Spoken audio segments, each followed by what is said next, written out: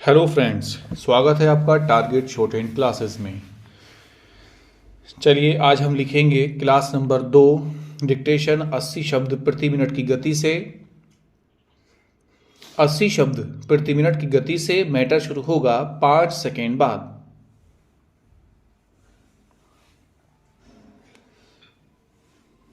Start. देश में अवैध और अवैज्ञानिक तरीके से खनन तथा इसके पर्यावरण पारिस्थितिकी पर पड़ने वाले प्रभाव को लेकर अक्सर सवाल उठते रहे हैं। ये तर्क सही हो सकते हैं कि खनन गतिविधियां विकास प्रक्रिया का हिस्सा हैं, लेकिन क्या पर्यावरण की कीमत पर विकास की राह तलाशना उचित है? पिछले कुछ दिनों से चर्चा में रहे अरावली पर्वत श्रृंखला के मसले को लेकर यह बहस जोर पकड़ रही है कि अगर कोई प्राकृतिक संरचना किसी क्षेत्र के लिए जीवन धारा और सुरक्षा दीवार के रूप में खड़ी है तो क्या उसका संरक्षण जरूरी नहीं है? हाल के वर्षों में अरावली क्षेत्र में खनन गतिविधियां बढ़ी हैं और इससे होने वाले नुकसान को लेकर उठी आवाज की अनदेखी हुई है। यही वजह है कि बुधवार को सर्वोच्च न्यायालय ने भी स्पष्ट किया कि अरावली में खनन और इससे संबंधित मुद्दों की व्यापक एवं समग्र जांच जरूरी है तथा इसके लिए विशेषज्ञों की एक समिति गठित की जाएगी। साथ ही इस बात पर जोर दिया कि अरावली क्षेत्र में अवैध खनन से पर्यावरण को अपूरणीय क्षति हो सकती है।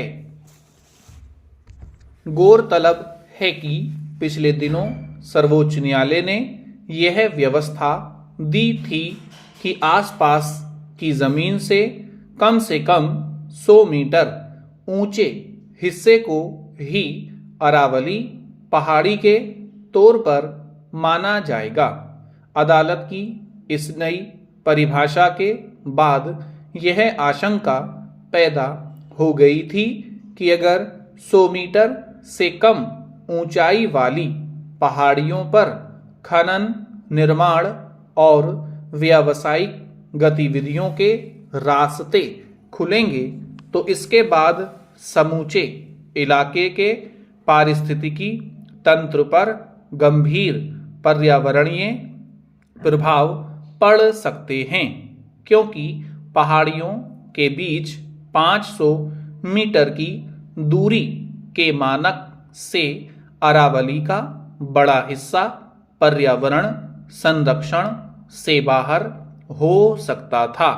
हालांकि बाद में शीर्ष अदालत ने अपने इस फैसले को स्थगित करते हुए कहा था कि इस मामले में कुछ गंभीर अस्पष्टताओं का समाधान जरूरी है। अब न्यायालय ने सरकार को 4 सप्ताह के भीतर खनन क्षेत्र के विशेषज्ञ और वैज्ञानिकों के नाम सुझाने का निर्देश दिया है ताकि विभिन्न पहलुओं की जांच के लिए विशेषज्ञ समिति का गठन किया जा सके। मगर यह पहलू भी महत्वपूर्ण है कि विशेषज्ञों की समिति बिना किसी दबाव और निष्पक्षता से अध्ययन कर अपने सुझाव सामने रखे। इस चिंता को दूर करने के लिए शीर्ष अदालत ने स्पष्ट कहा है कि यह समिति उसके निर्देशन और निगरानी में कार्य करेगी।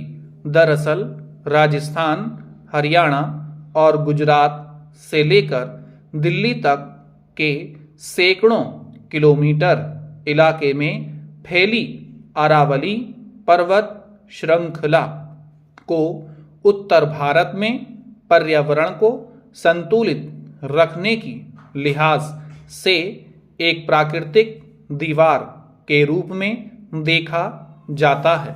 स्टॉप।